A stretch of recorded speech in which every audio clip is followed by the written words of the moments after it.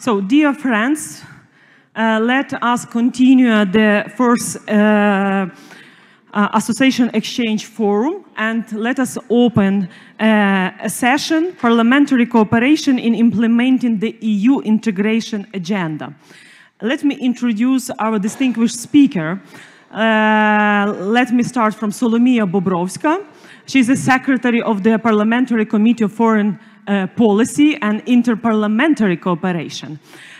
From Ukrainian Parliament, also Adrian Balutel, member of the EU Integration Committee of the Parliament of Republic of Moldova, and Maka Botchorishvili, chair of the EU Integration Committee, co-chair of the Euronest Parliamentary Assembly of the Parliament of Georgia. So I'm honored to be the moderator of this panel, and let me explain why. Because in 2018, actually in Kiev, there was the first historic inaugural summit or meeting of launching the Inter-Parliamentary Assembly Ukraine, Georgia, Moldova. And I think this is a very effective instrument of strengthening cooperation between three parliaments, three nations, and one of the idea of establishment of Inter-Parliamentary Assembly of Ukraine, Georgia, Moldova was to speed up the process towards Euro-Atlantic integration of Ukraine, Georgia, Moldova. And before the panel, we already discussed with our colleagues from Moldova and Georgia when will be the next session after parliamentary election in Moldova. I think it's the right moment that speakers of three parliaments will meet in Chisinau or in Tbilisi or in Ukraine and continue this cooperation with the focus, of course, how to improve the association agreement implementation performance, to exchange their views on, I think, geopolitical issues like security in the Black Sea region. So let me start from Solomia Bobrovska. Thanks, Solomia, that you are with us today, knowing that in the Parliament now there is a special plenary session dedicated to the Euro integration legislation. So when we are discussing here, the Parliament is working hard to increase the percentage of implementation of association agreement. And maybe, Solomia, you also update us on these issues. And also, I think after the 23rd Ukraine-EU summit, when three important agreements were signed, actually, you could give us your perspective. What is the most important achievement in the Parliament you consider in the nearest future, like legislation to be adopted to become closer to the implementation of the EU association agreement? English or Ukrainian? English. English, okay. So it's my pleasure to be here. Thank you for the invitation, and especially to host Georgians and our colleagues from Moldova. Because I hope that finally we'll meet on our track, on parliamentarian track, and after your elections to your parliament and to Georgian parliament, finally you will discuss who will represent your countries in this Inter-Parliamentarian Assembly, Ukraine, Georgia, and Moldova, and finally we will discuss on what points we have to stress on our different tracks. I just came from Portugal. We had the NATO PA, and it was, unfortunately, we had only colleagues from Georgia, but still, I think we'll stick, three of us will keep on this NATO track, and it's a bit similar to me and closer, I would say, than EU association, but still. The whole demands we have to pass, I know that almost like 30% we are almost passing to fulfilling the whole EU-Ukraine Association Agreement. And I think for the last 2.5 years we showed good results. And today we have the session which will be for 99% dedicated to our EU-Ukraine agreement. That's the special session, just to vote and to show our commitment to the EU-Ukraine association. And but what actually I wanted to pay attention on, and I think it will be nice to discuss, that's about the security issue. It's the issues I'm working for, and I think we have to, our voice have to be more loud with the Black Sea security region. That's the point which is pretty sure interested not only for NATO community but for European Union as well community. That's the question. I think for the last 7-8 years we maybe stress less attention, but so that's the right time to put on this an agenda to EU as well. I think our track to fulfill the EU-Ukraine Association Agreement is going pretty good, pretty well. And that shows our agendas every second or third week in the Parliament, and the committee is working hard. I would say I think there are few challenges which have to be done by the Office of President, because that not only depends on what Parliament is doing, but still because the majority is under the president, but especially judicial reform is on the way, and I hope not only by words, but with the all work we will show with the National Anti-Corruption Bureau or Anti-Corruption Office of the General Prosecutor will show their results as well. I think this track is the most important for our country as the challenge to stay on the one line.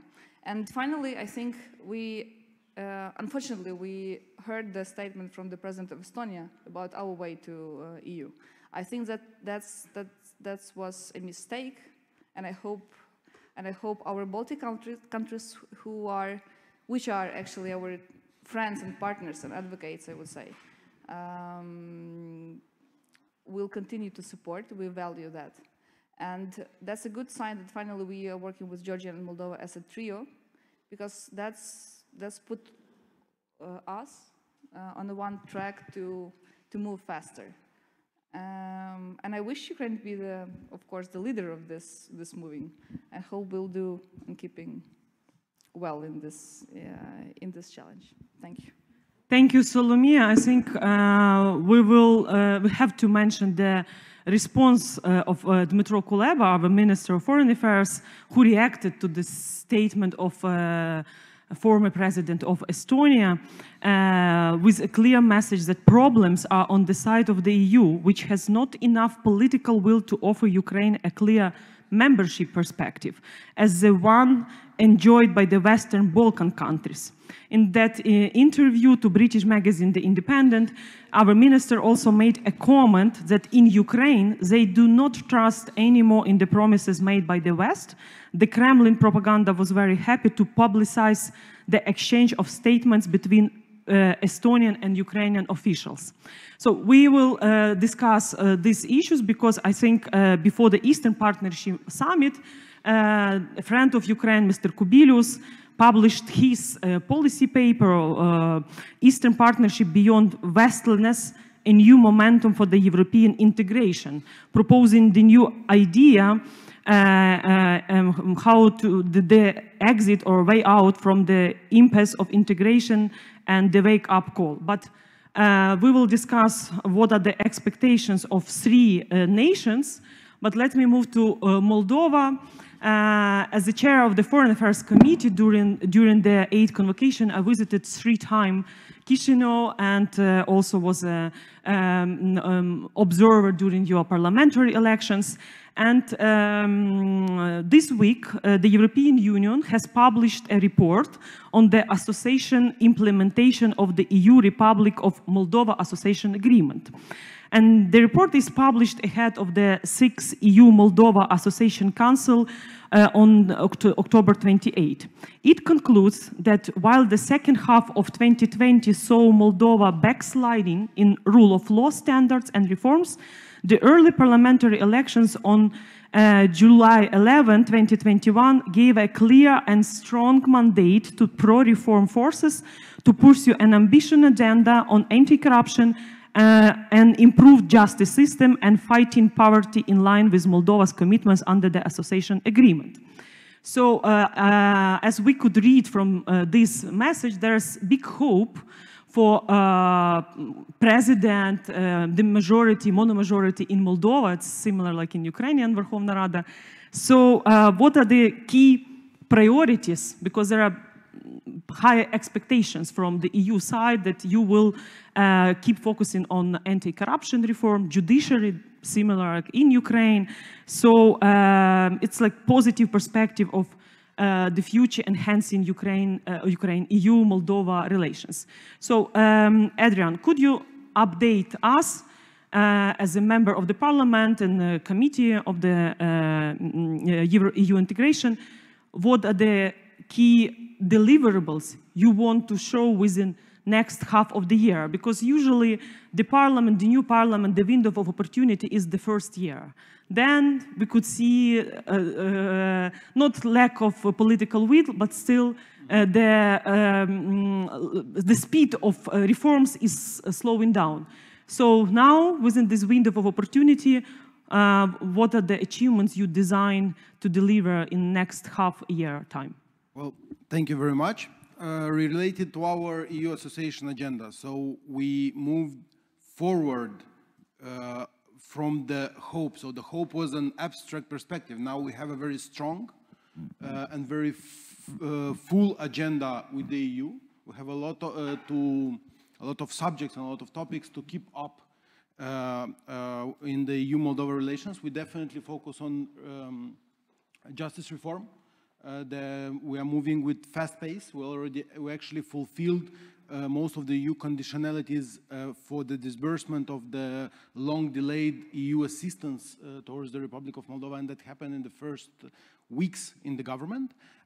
We have a strong engagement on revitalizing EU-funded projects, specifically infrastructure projects.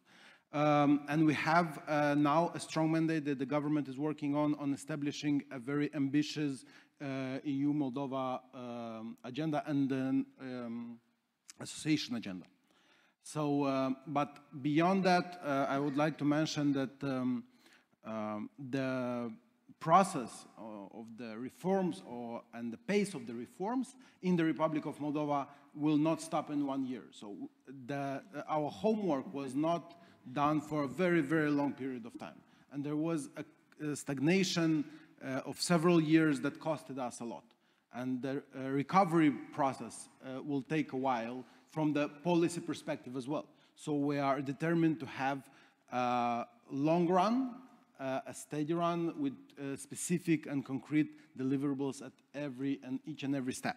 Now, within this process, I do believe that our presence and our determination to work in a trio format is crucial and is very, very important.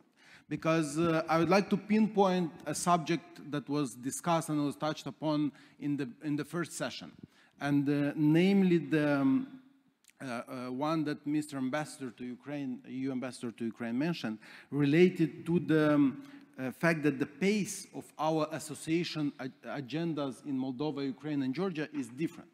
And that is absolutely normal from my perspective, because we have a different association agreement of some kind, we have different domestics agenda, and we have different crises that occur in all our three countries. But I think it's a very important point now to acknowledge and recognize the fact that the trio is not about the pace, but it's about our common direction towards and our common ambition towards the European integration agenda. So from this perspective, we are in a very important moment in time, because now we moved from a moment when EU was quite skeptical about the trio to an EU institutions fully supporting the perspective of a trio. And from this point on, I think we should focus primarily on promoting our dialogue with the EU from the perspective of a trio, because we would have much more leverage, much stronger voice within the European Union. And I'm sorry for deviating a bit from your question, but I really do believe that our inter-parliamentary cooperation is one of the factors that could give another boost to the trio, and we need to re-energize the cooperation at the parliamentary level related to the EU integration agenda. So how we do that from our perspective? I think an important point that you mentioned as well, and we with Maka discussed before the meeting, is about the renewal of the work of the Moldova, Georgia, and Ukraine Inter-Parliamentary Assembly. We need that to focus on very specific and concrete coordination, and I believe that the main word here is coordination. We need to coordinate our positions related to our political relationship with the European Union in a more stronger way, and we need to do that on trilateral level, but also we need to promote that to the forums where all three of our countries are together, like Euronest, for example. So, and on this occasion, by the way, I would like to mention that I know that everyone waited Moldova's election, and now in order to speed up the process of this assembly or this committee to start working, we are ready to host the meeting in the beginning of the next year. To refer to what our parliamentary committees together and our parliamentary cooperation should do. For example, for the upcoming summit, Eastern Partnership Summit, I believe we should focus on some concrete political asks, and we should coordinate that in a more intensive way. For example, I believe, and I'm sure all three of our countries want a stronger declaration in the light of the new Eastern Partnership Summit. So in this context, we should have a common say in this regard. We also should strive for some common deliverables, like a reference to a deeper integration in the EU internal market. That is also a thing that should come not bilaterally from each of our countries, but should come as a common, strong word said, and it should be promoted also as an element of inter-parliamentary cooperation at the level of the trio. Another practical element would be to have a constant progress exchange on the association agenda, because as I mentioned in the beginning, our implementation process have different bottlenecks in all three countries, and it would be useful and it would be very fast and efficient to do that on the parliamentary level, to do the exchange of what goes good or what goes well and what doesn't go so well in our countries, so we know how to prepare. Last but not least, we need a very specific elements of working together. So we need to establish an agenda of our trio working on, for example, cybersecurity in the region. We need elements of, or to identify elements that would politically re-energize the cooperation within the trio before going to the European Union and having common political asks. Thank you. Thanks a lot. And now it's my honor to ask a question to our Georgian friends. And recently I visited the Warsaw Security Forum, and there was one panel on NATO perspective. And the Minister of Foreign Policy of Hungary, Mr. Szijjártó, answered on the question on open door policy. He mentioned Georgia, that Hungary will support Georgian future in NATO and the open door policy. But he didn't mention Ukraine. So I was not jealous, but then I asked on different panel to the audience how Ukraine could count on our neighbors when Hungarian minister didn't mention Ukraine by answering on the question on open door policy. So, but I think three of us, it's really important if Georgia become 31st member of NATO, we will be happy and celebrating here. So if Ukraine does it first, so I think in Georgia, yes, in Georgia, everybody will be drinking the best wine in the world and celebrating Ukraine. So I think it's about friendship, and also how we are really fighting to support each other in this geopolitical, ambitious Euro-Atlantic perspectives. And of course, in the current political context, at times stands in Georgian parliament to what extent the EU integration is still a cross-party priority despite domestic disagreement, because Solomia represents the opposition political party, but today I'm so thankful to hear that Ukrainian government implements association agreement. So I think it's one of the demonstration a new political culture when Ukrainian ruling party or opposition, they are united their efforts in achieving bigger goals like to reach membership perspective. So what are the key challenges in implementing the association agreement in Georgia? And also, what are the opportunities you consider in the Inter-Parliamentary Assembly, Ukraine, Georgia, Moldova? Because I will be so happy to see the continuation of established Inter-Parliamentary Assembly and some results which Adrian just mentioned. Thank you very much. First of all, I thank organizers for inviting me, and I'm happy to join this very interesting discussion, which is timely and important to have.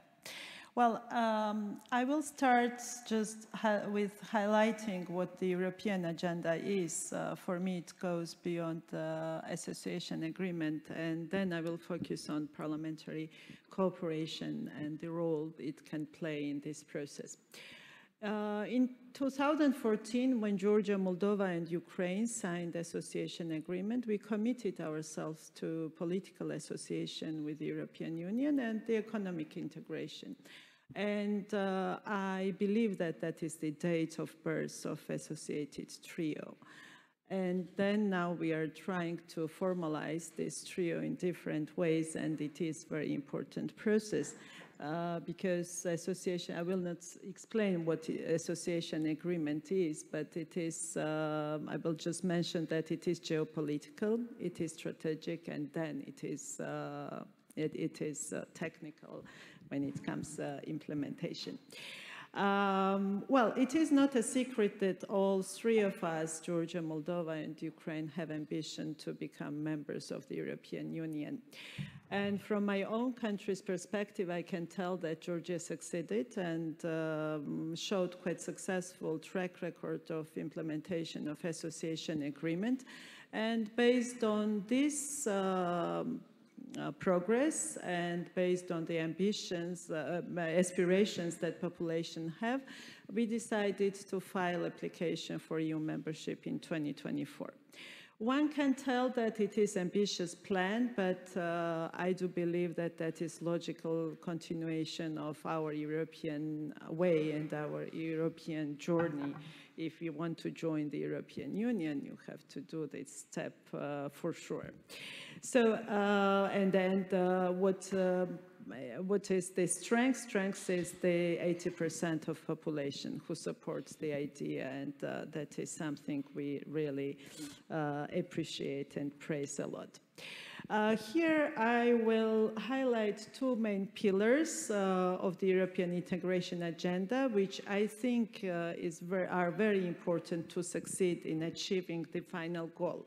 First of all, further progress is needed in implementation of association agreement, and second is political dialogue and enhancing political dialogue with Brussels and with EU member states. In both of these pillars, Parliament play essential role and very important role. Well, what is implementation of association agreement? It is about reforms, and it is about bringing European standards, and that's where Parliament is absolutely important. And we, as you mentioned already, in 2018, we launched Inter-Parliamentary Assembly, which is important format, I think, and I do believe that we will be able very soon to resume these meetings and to have next meeting, because I believe that we can build a lot on this basis. And you also participated yourself, and you know that with the help of our German friends, we brought together 3 committees from Moldova, Georgia, Ukraine on European integration, and this is another important format which I am very much committed to revitalize as well, and I hope that we will succeed there as well. But that is what we have, but there is plenty of room to work on future cooperation, because association agreement is wide agreement, and it is not just about European integration committees to work, and all other committees in our parliaments have their part of work to implement. So here I see possibility to enhance cooperation between different committees, so we can do it under the umbrella of Inter-Parliamentary Assembly, which exists. We can do it on bilateral base, but that is something that I think is very important, because end of the day, we are here, politicians, creating policies, and it is important that we do share experience in different areas, and that is something I think that we can look at. And second pillar that I mentioned is political dialogue with Brussels and EU member states, and again, Parliament can play here a crucial role. We can use our parliamentary association committees when it comes bilateral cooperation with the European Parliament, and Adrian mentioned Euronest Parliamentary Assembly, which is again very good format where we can build our sort of political dialogue, and we are planning to have associated trio working group meeting this year. I hope very much that in person. And then we can discuss there with this new composition of parliaments, how can we advance this format, how can we use that format in a better way. But beside Brussels, there are EU member states and policymakers in EU member states who are in Parliament as well. So I do think that we have to focus on creation, or if there are other formats, using that formats more efficiently. Different, being it regional parliamentary forums, Nordic, Baltic, or bilateral with EU member states. I think there is plenty of potential which we can look at and build on and enhance cooperation of 3 associated partners with EU member states. So I will stop here and questions. Maka, thanks a lot. And for wonderful idea, actually, regarding the political dialogue with Brussels and EU member states. I think it's important to unite efforts and to conduct a visit to Berlin at the end of this year or starting from the next year.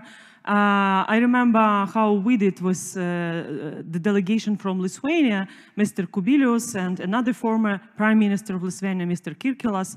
So I think this was very productive format when Ukrainians and Lithuanians traveled to Warsaw, traveled to Washington, London, Brussels, Berlin, Paris, with the promotion of a so-called Marshall Plan for Ukraine, which then turned into the new European investment plan for Ukraine. I remember the skepticism at the beginning when in Brussels, especially at the financial institutions like European Investment Bank, oh, Ukrainians, you want money, you should work on your absorption capacity, your institutional capacity is still very low, but still, the idea of that new investment plan, like provide access to the cheaper money to Ukrainian business and to work on establishment of middle class, So, and then it's turned into the new European investment plan. But I think it's really important to, within the associated trio, to pay a visit to Washington, also to pay a visit to Berlin, because without transatlantic unity and consolidated approach, this would be not easy to reach a much ambitious goal. And also, I like to observe how Mr. Žygimantas Paviljonis, the head of the Foreign Affairs Committee of Lithuanian Seimas, with his colleagues from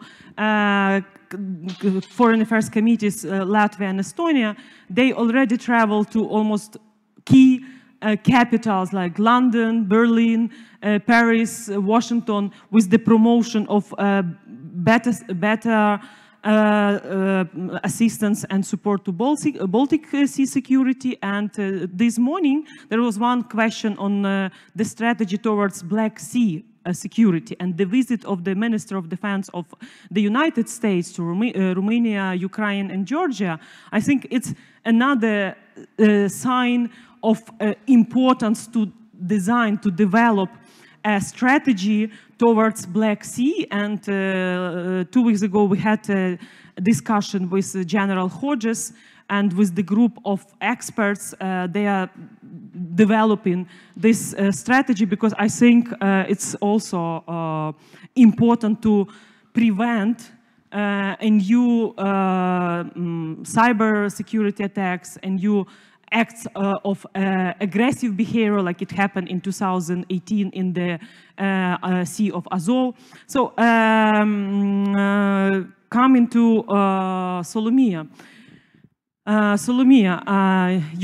Ukraine already proved that we are contributor to the European security, and you represent the Committee on Foreign Affairs.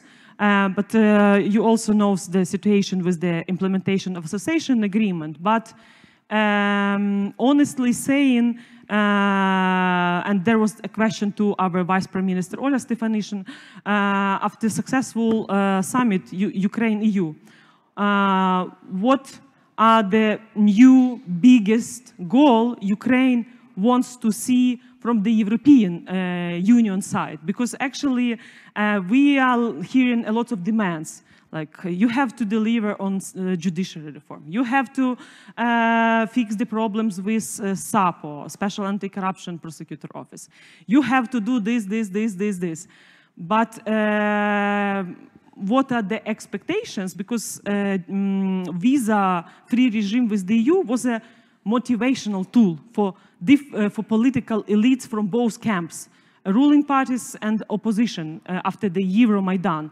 And now, when in Ukraine, compared to Moldova, when the new parliament just started to work, you are in the equator, so it seems like lack of readiness to adopt important legislation. But do you consider, if the EU propose more ambitious, incentive, yeah, then this will somehow push Parliament to deliver more? To be honest, I think that's my point of view and my honest point of view, that I'm not sure, I don't see the clear readiness and clear readiness maybe to help Ukraine to move forward, to join and so on. So that's our task, that's our lots of homework. So guys, be with them, Georgia and Ukraine and Moldova, keep doing your home task. Europe now is busy with Belarus, as Ukraine was busy for 30 years actually. Now they understand what kind of neighbor do they have as well on their borders. And unfortunately, Lithuania and Poland, which are our close friends, now have to face. But now finally they all start to understand what kind of the threat they have now on their borders, not just through Ukraine as the buffer zone to them. And I think much attention is still paying on Afghanistan, what happened there. And Ukraine is to be honest, and that's not that these issues are on a top list on their agenda. And by the way, I want to go back to Crimea issue. Finally, in August, we established this Crimean platform. I want just to remind you that, for example, in 2017, Russia established the same Crimean agency, where they've got more than 40 countries and member of parliaments and member of city councils who are saying still that it was referendum, it was legally, the procedure was legal to get Crimea back to Russia.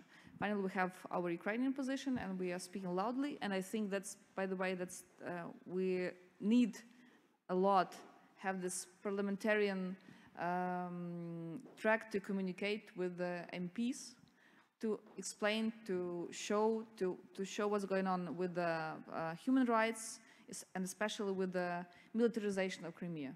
So I think now it's the ball on our side. And if Zelensky said that we are starting to have the bilateral relations to communicate and to persuade, to understand who is more or less, who are the closest friends and partners, which countries are still hesitating and don't understand who we are still, and what kind of benefits we'll bring if we will finally join, and so on. But you mentioned a lot about the security, and I want to say that yes, that's the same issue we have, because I can talk a lot about our home task about the security track. And first of all, it's about the national service of the security of Ukraine. And I think this autumn we will finally see this law in the parliament, and the president will sign about the reform of the National Security Service of Ukraine. But still, for example, but that's a political issue. But I'm proud to, for example, to say that, for example, our special operation forces, which are the part of the Ukrainian armed forces, at least 2 units finally got, for example, NATO resilience. They can join NATO resilience forces. That means they have the full. They passed the full cooperation between NATO units and Ukrainian soft units, and that means that they can be the part of the NATO family on a very practical military level. And I think that's a really huge work that can show Ukrainian armed forces. So, to be back, if we want to show our readiness, that's high time for us to work hard and to say, it's not about what EU always saying we have to do, but it's about our readiness to show what we are ready to do. It's not, it has to be more than 50% of the, for example, EU association, and to start work hard on this bilateral relations with EU countries. Thanks a lot. And for Moldova, during our Democracy in Action Zero Corruption conference this June, your president, Maia Sandu, during the higher level panel, when the Vera Jourova, from the Vice President of Euro Commission, also participated, Maia Sandu mentioned also about money laundering, and also the situation with how some EU accept dirty money that were stolen from the people of Moldova, and this is also one of the problems.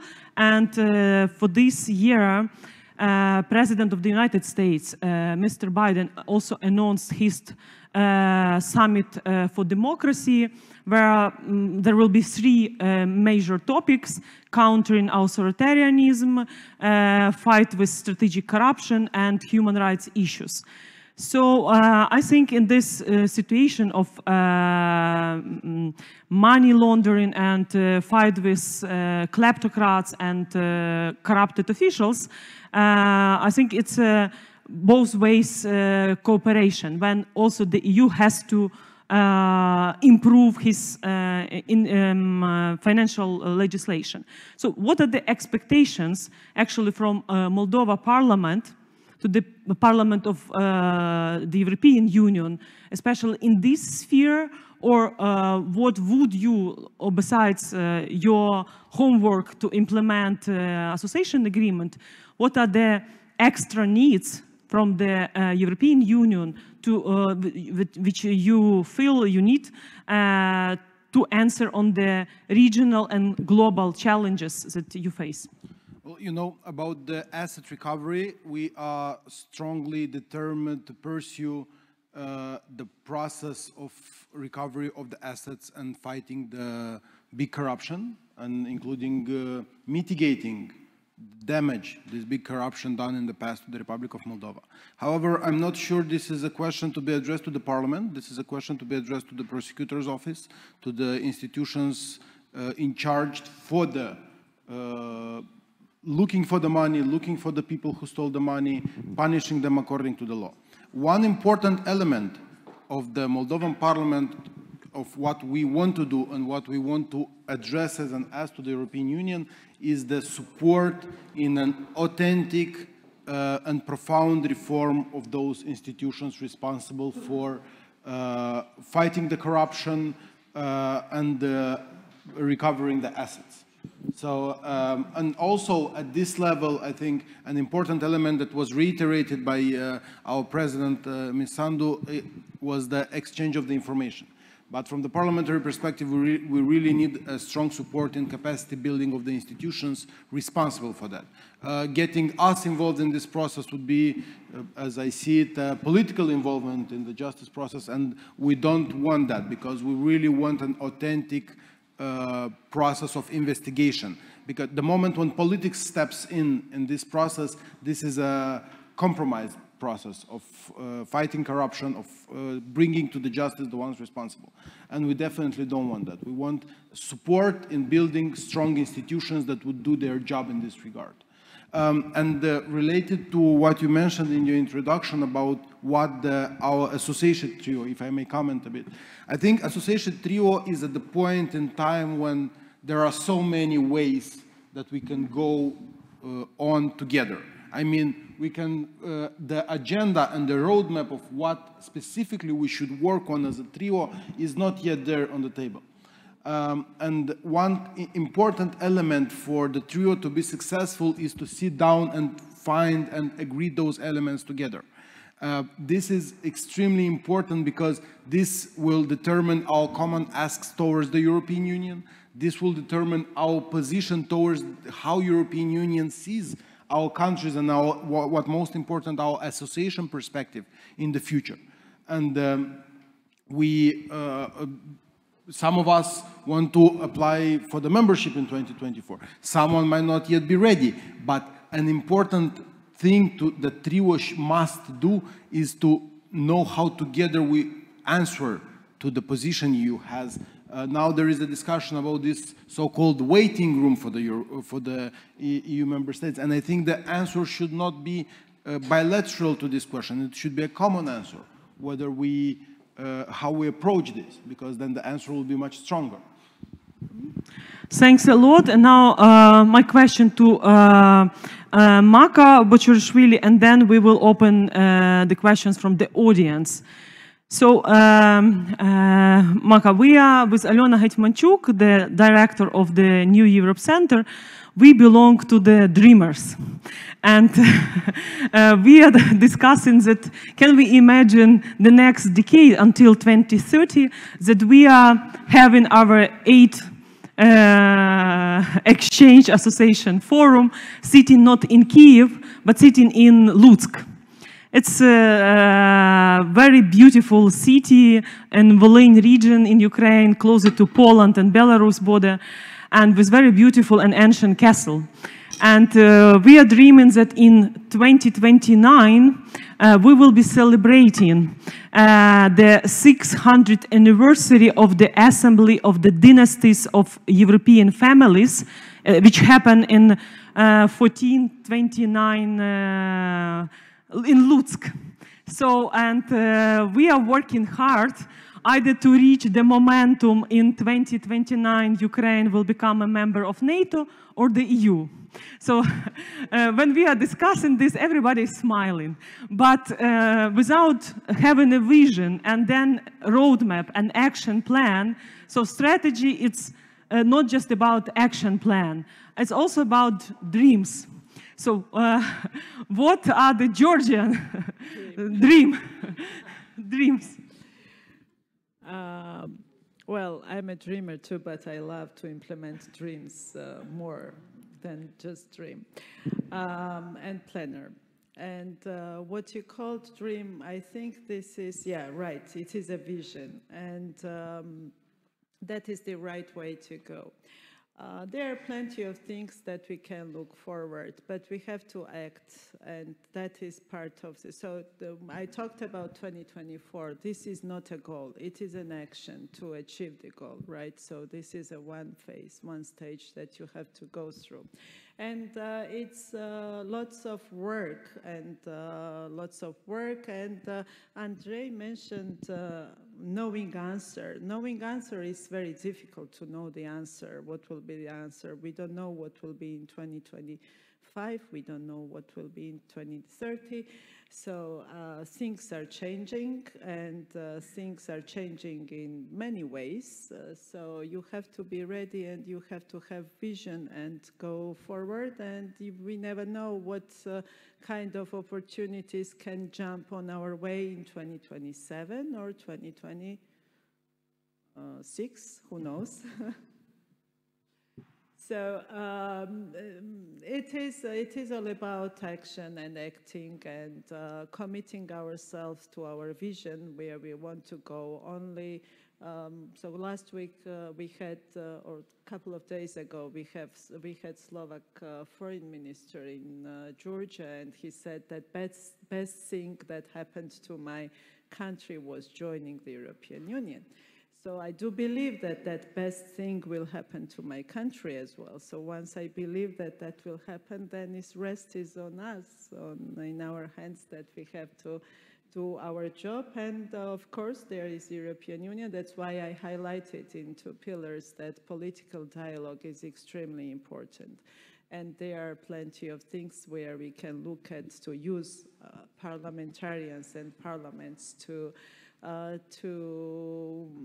commit ourselves in enhancing this political dialogue. Why? Because we need to see, sometimes we have discussions in our parliaments which are very far from the discussions what European Parliament has in European Parliament. So it would be good to have more formats, more contacts, to merge these discussions, to have better understanding what bothers Europe, what bothers us, where we can work together. And this is not something that we can do tomorrow. This is something that we can do today. And there are plenty of things that we don't need to wait till we have perspective of becoming European member states, member of European Union. So there are plenty of things that we can explore even without that. But vision is important. So this is kind of different steps that we can implement. And one thing you mentioned during the discussion, security and investment package as well, and Black Sea. And I would emphasize, I am very happy that when we discussed economic and investment package with Commissioner Varhey when he was in Tbilisi and presented it, Black Sea was quite a substantive part of our discussions. So I remember also times when we were bringing Black Sea in our discussions with our European colleagues, there were kind of, there was kind of hesitance. So I'm happy that I do see that readiness. So this is a good opportunity to turn Black Sea into connecting sea rather than dividing sea from Europe to rest of Europe, so European Union, rest of Europe. And yes, there are plenty of areas where we can work together. Security is one of them. Again, from Georgia's perspective, we are beneficiaries of European security, having UMM on ground in Georgia, but at the same time we are contributing to security as well when we participate in different missions, CSDP missions. So, and you mentioned NATO, and Georgia was #1 contributor in mission to Afghanistan, and we also showed that we can work together with our partners, and we are committed and reliable allies. This kind of cooperation can happen with the European Union as well, and we can deepen our partnership in security area more than we have now. And there are different discussions in Europe on security compass, on PESCO, so we can be part of that discussions and see together how Georgia, Ukraine, Moldova can contribute in these processes. And another thing, that is discussion about future of Europe. Future of Europe is not, I don't see future of Europe without us, and I don't see our future without Europe. So if it is common future, then it would be good to be part of that discussion as well, to contribute how do we see, because that's not a secret that we see our future in Europe. So if Europe is discussing its future, then we have to be there. Thanks a lot. So now we have enough time also to have a questions from the audience. So who is ready? So Leo, first, yes, the mic.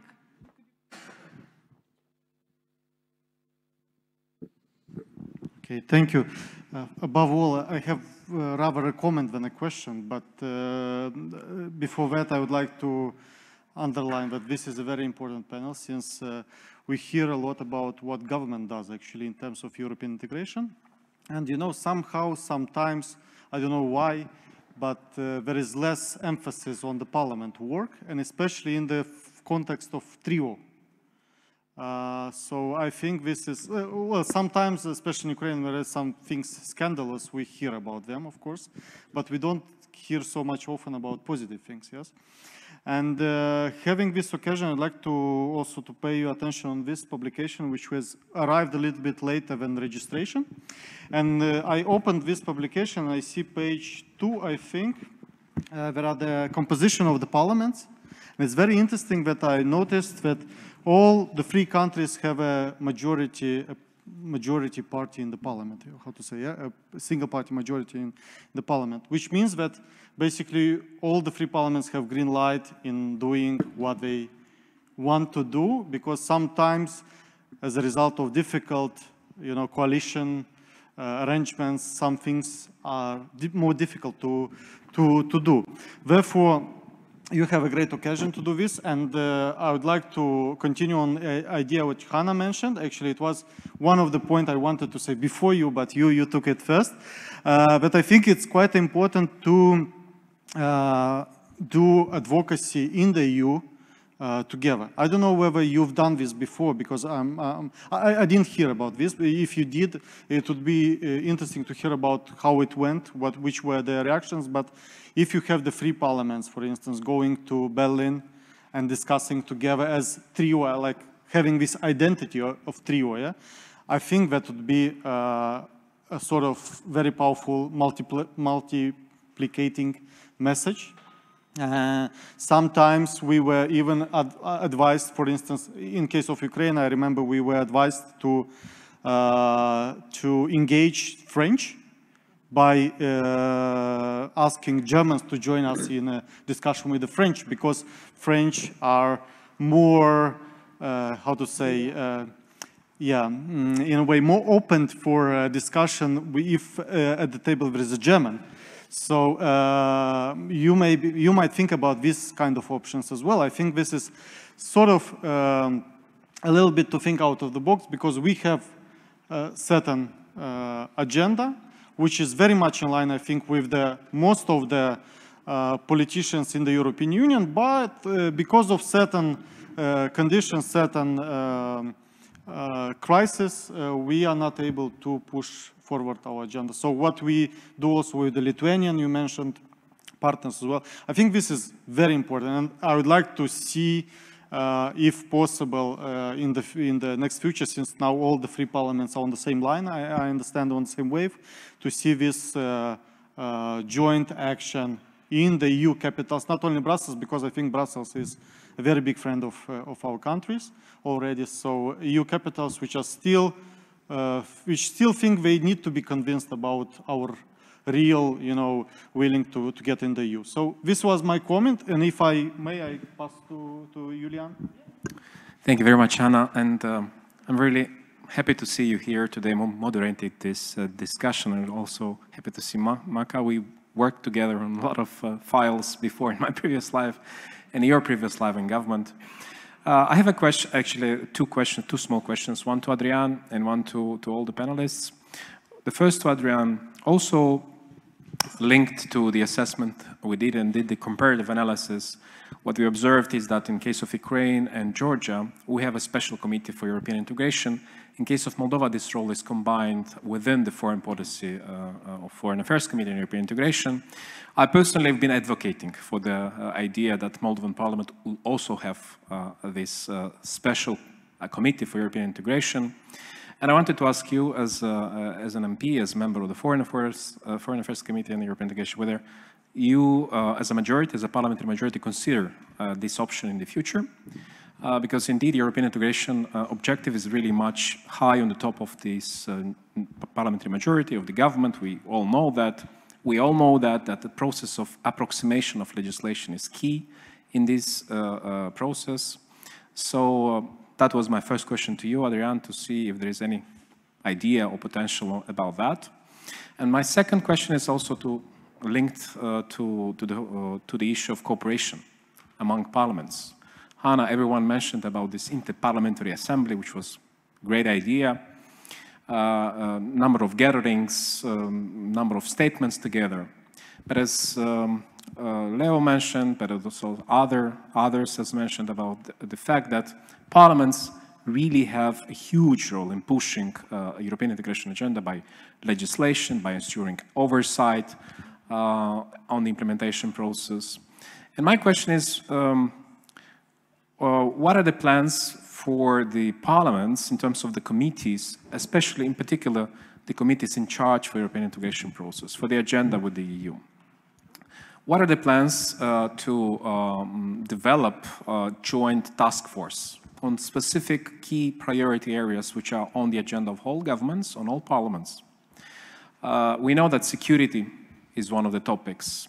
We know about the energy. We know about approximation. We know about justice reform and anti-corruption. There are a lot of things that we can share from each other, peer review each other, help each other. At least this was the agenda. In the previous life, I had also working with colleagues from Georgia and Ukraine on different topics, visa-free travel, association agreement, DCFTA.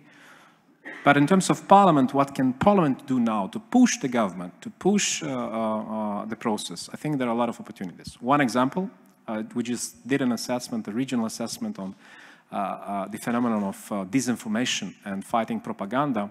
We did also a comparative analysis, and we saw a lot of opportunities there of how this cooperation can be benefiting from joint cooperation from these parliaments, from these three parliaments, in making the fight against the disinformation, making the effort on addressing the hybrid threats, security threats, be more effective by tabling this type of solutions as a result of sharing of experience, and also making joint initiatives in Euronest, in interaction with other parliaments in the European Union, interactions with EU officials. So my question is, what are the plans in that sense? Do you have any idea about that? Do you have availability on that?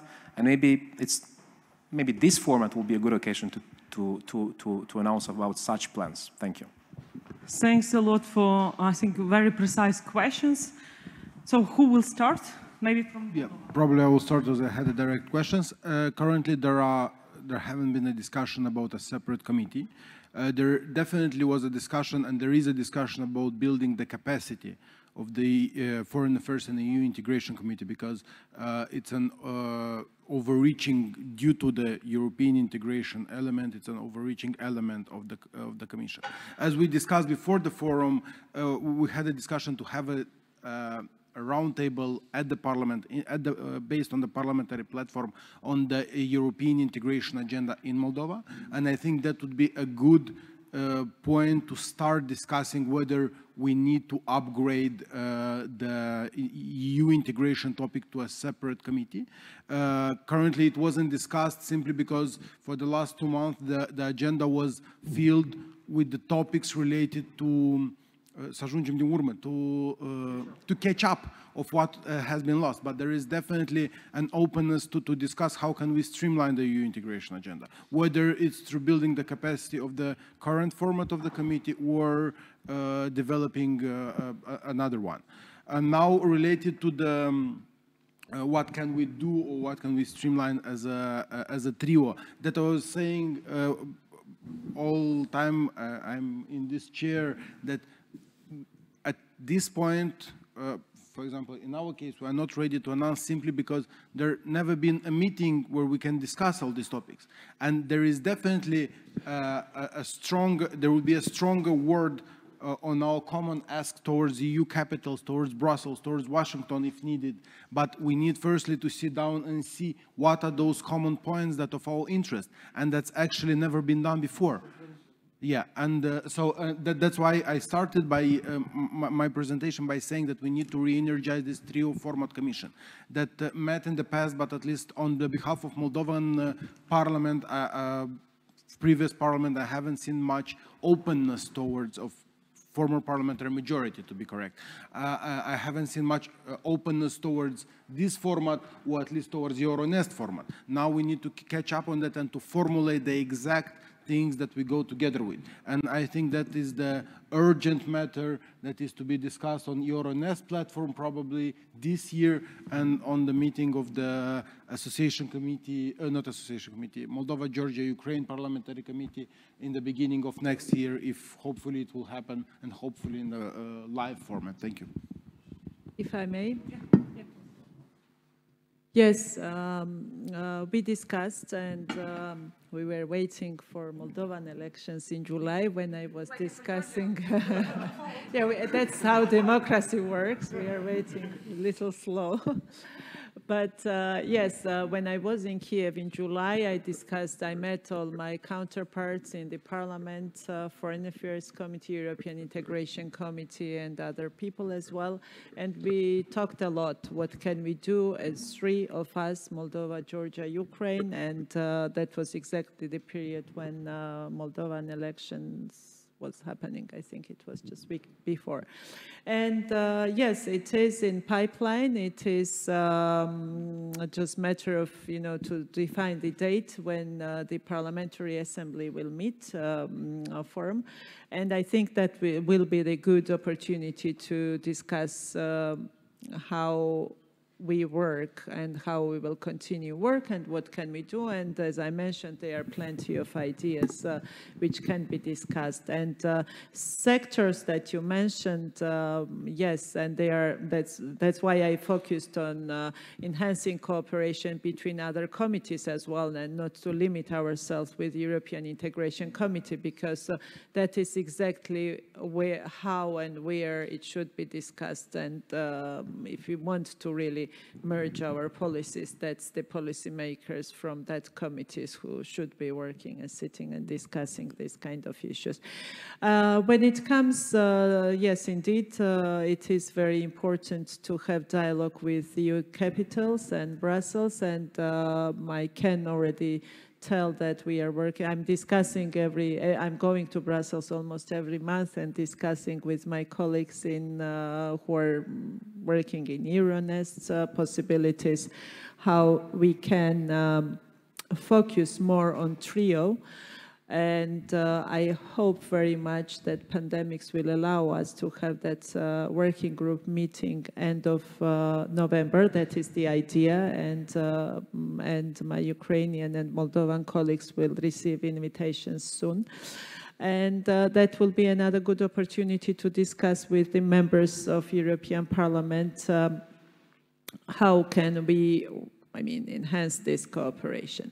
And again, this meeting where Hanna participated that times with the help of our German friends, as I remember, was, together with the members of European Parliament. So that was also, good platform to have our colleagues from European Union participating in trio meeting.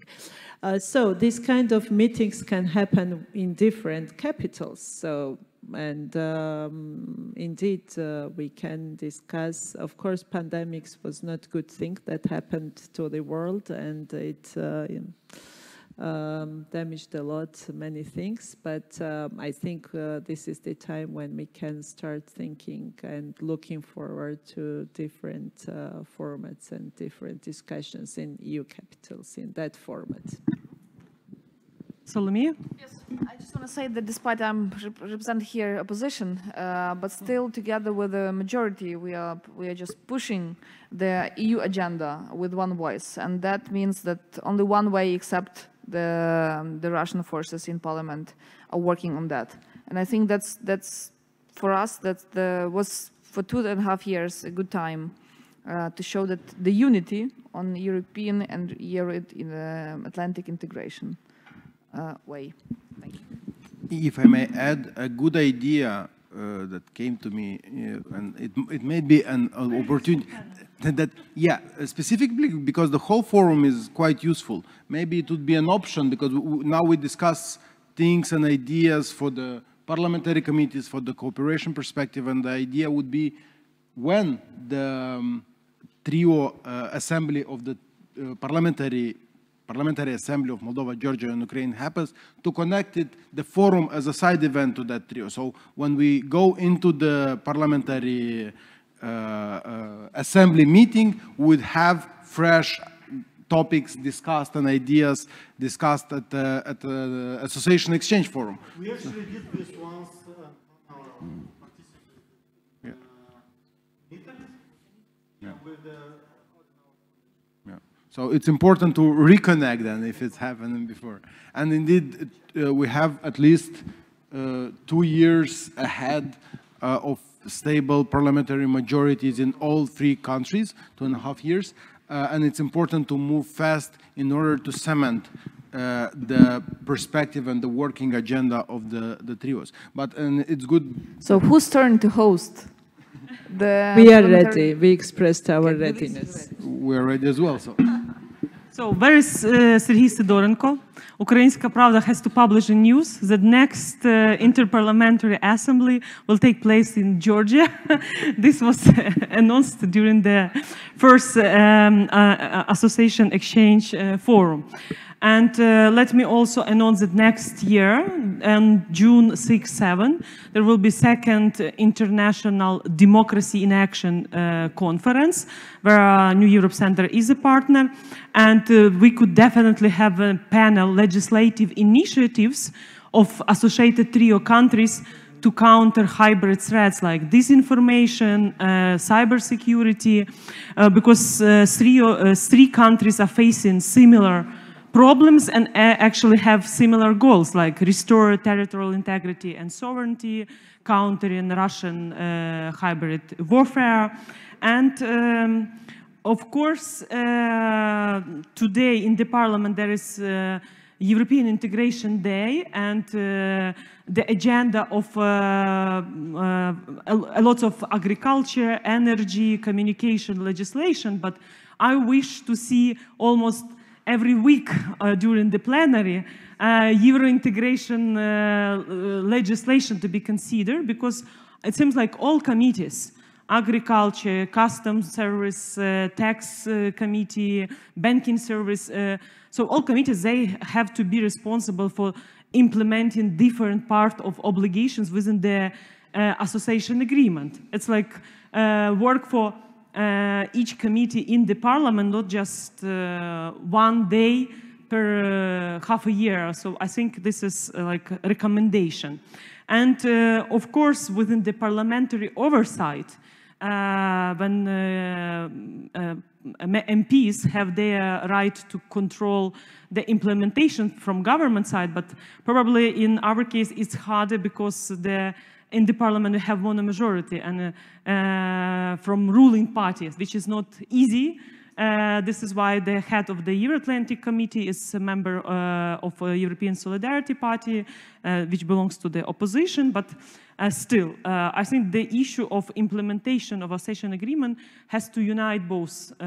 This is our lessons, and what Leo mentioned, that how to make our advocacy campaigns with Brussels and other important capitals with uniting efforts, civil society and their expertise, and there are a lot of professional experts in this room and MPs and government. So if we unite different branches of powers plus civil society expert organizations, so we will reach much faster our goals of on our towards our Euro-Atlantic ways. Who else? We still have time, so please. I see one hand. Mike, who could give us? Yes, we have 2 more questions. Yes, from that. Yeah. So 3, 4. So we have 8 minutes. 4 questions, very precise answers. So please.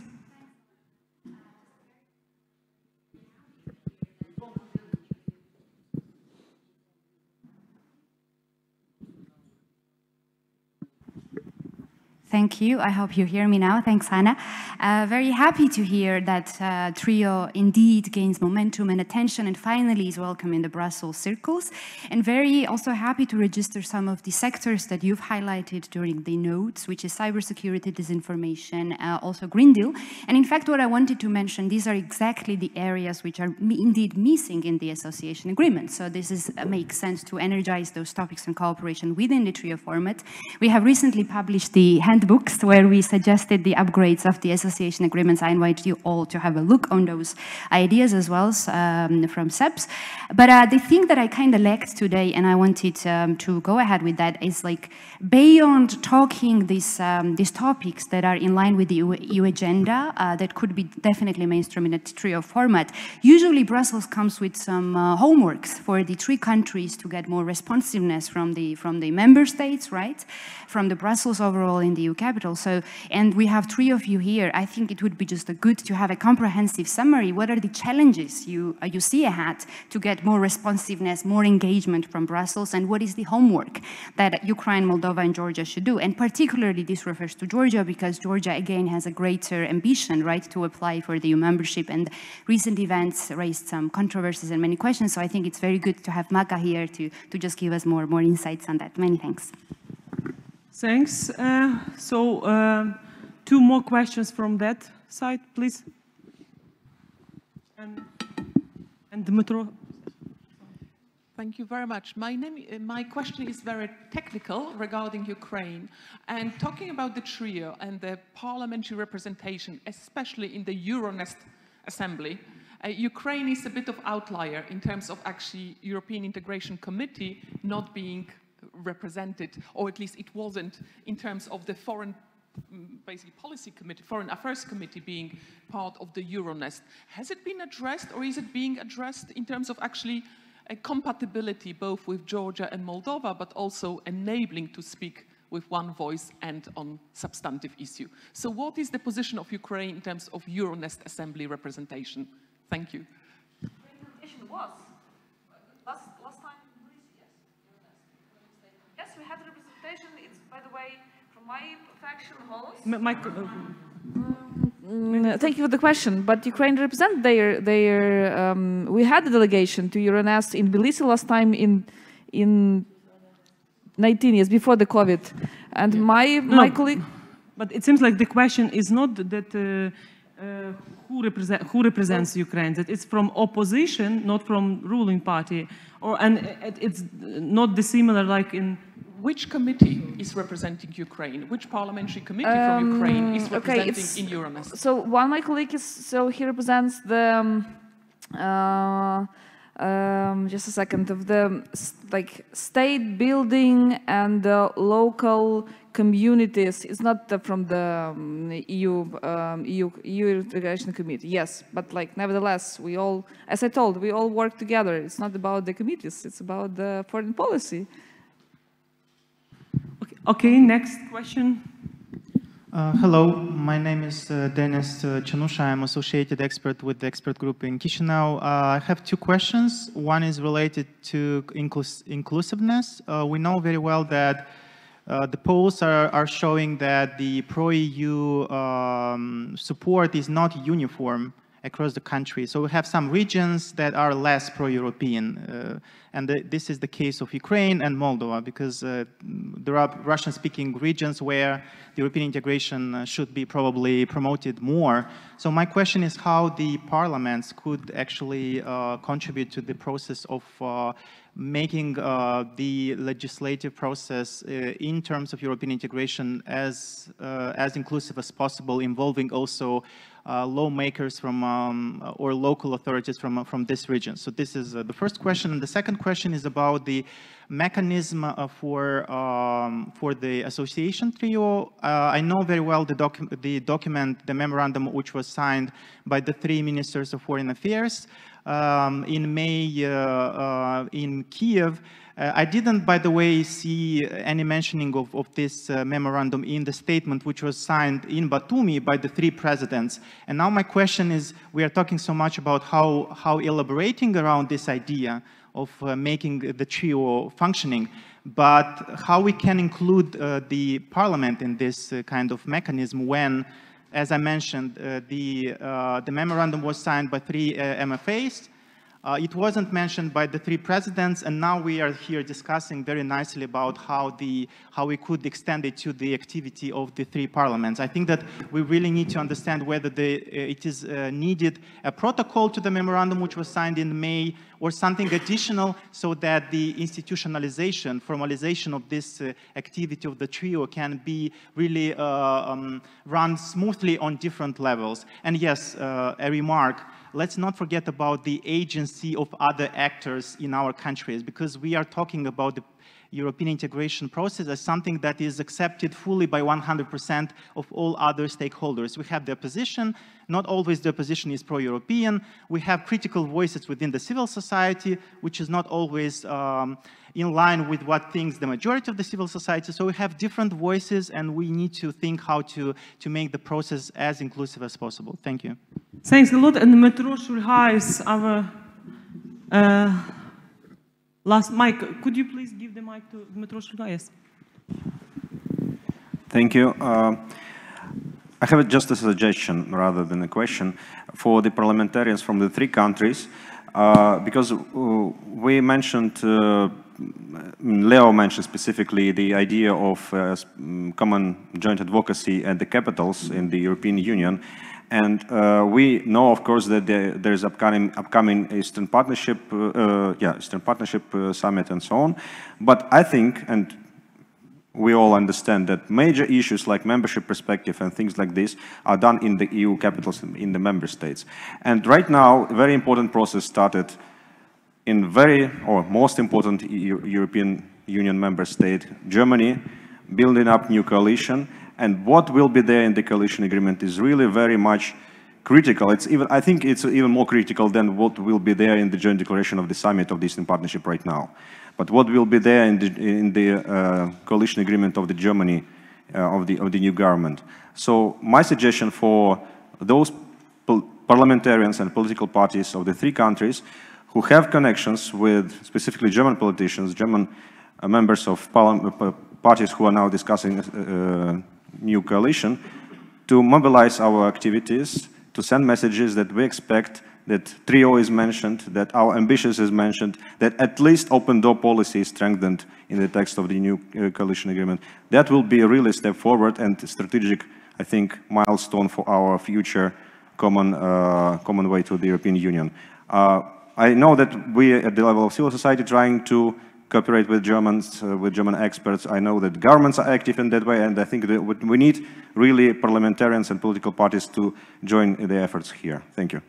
I think, very useful recommendation and joint letter on behalf of speakers of 3 parliaments to the Bundestag, asking to mention the associated trio and also the proper language of European integration perspectives, because I remember the joint letter of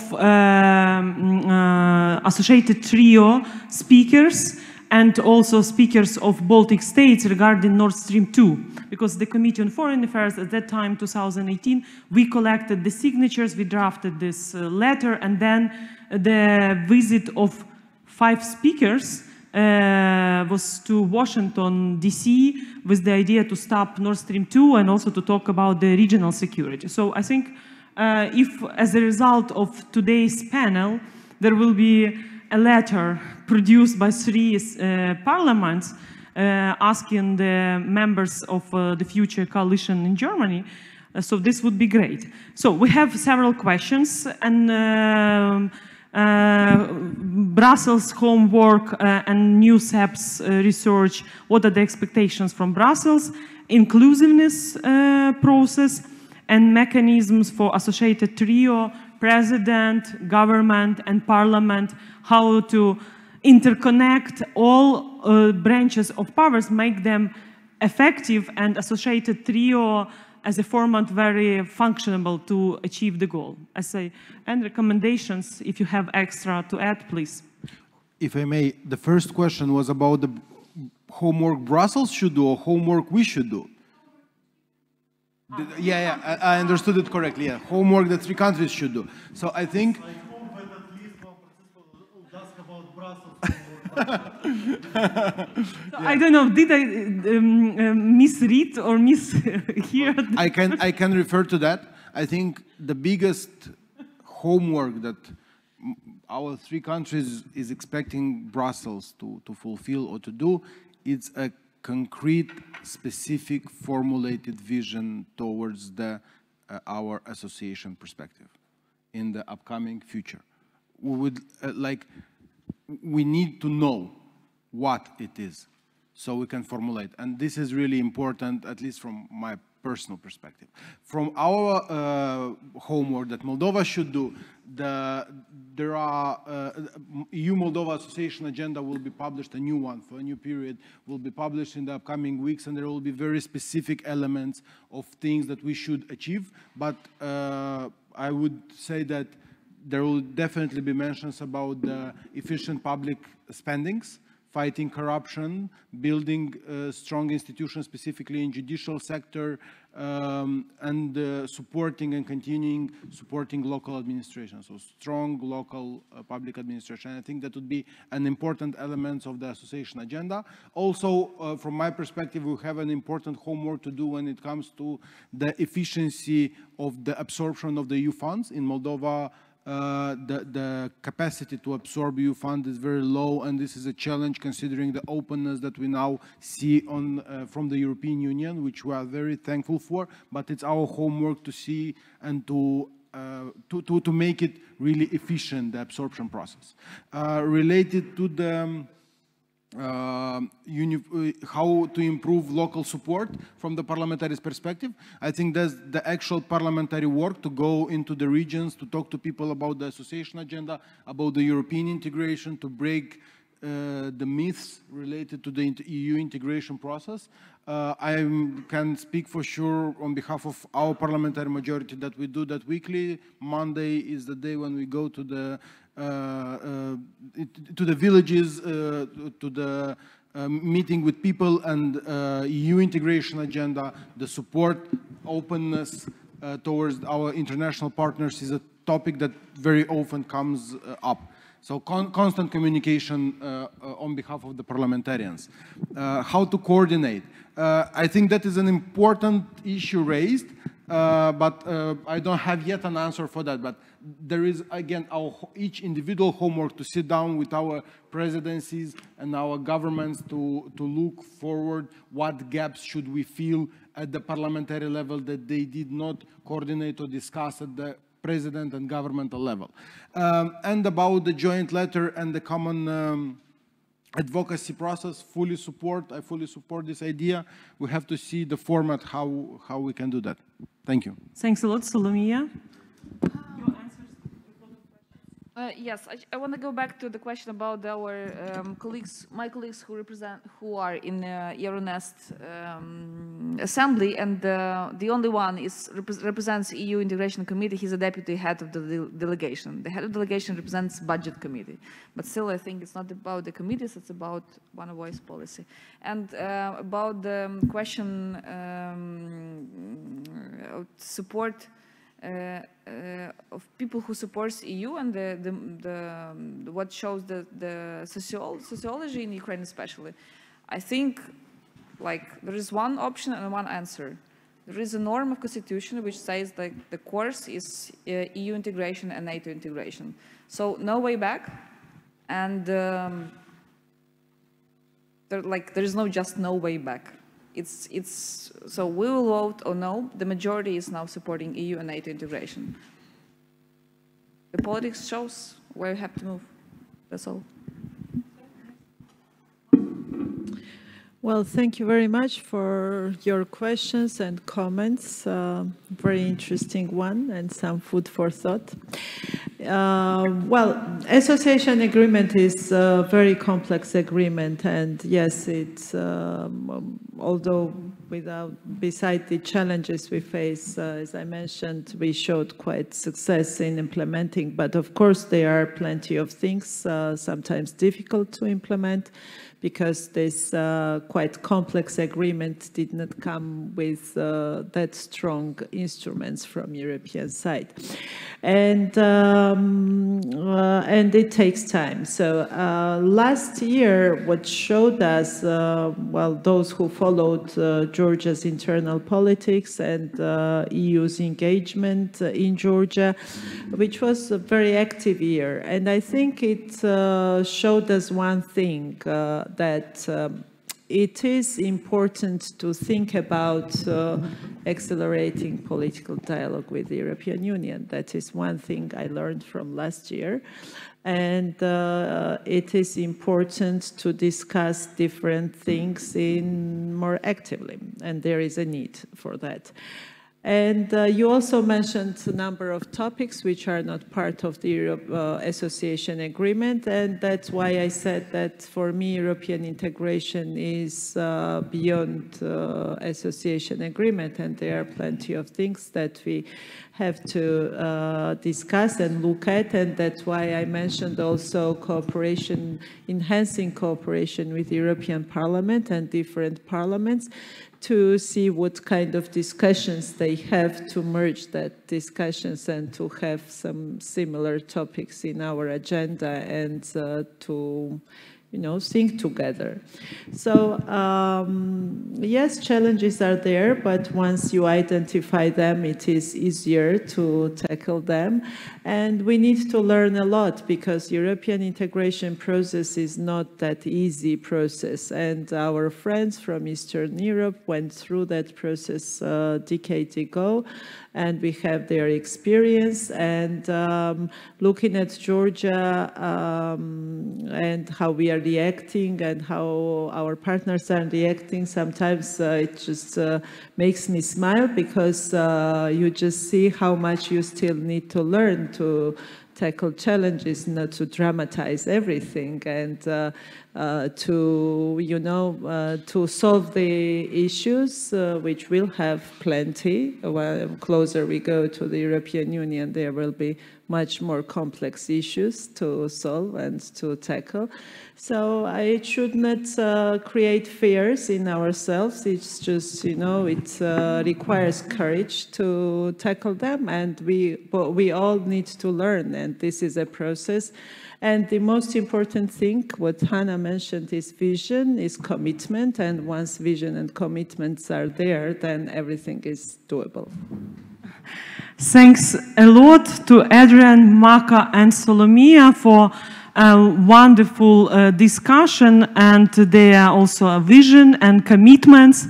And after this panel, I'm so inspired that the Inter-Parliamentary Assembly received a new, how to say, refreshment moment and also motivation. And I think the best promotion of the EU in Ukraine, in Georgia, and Moldova is improving the quality of life.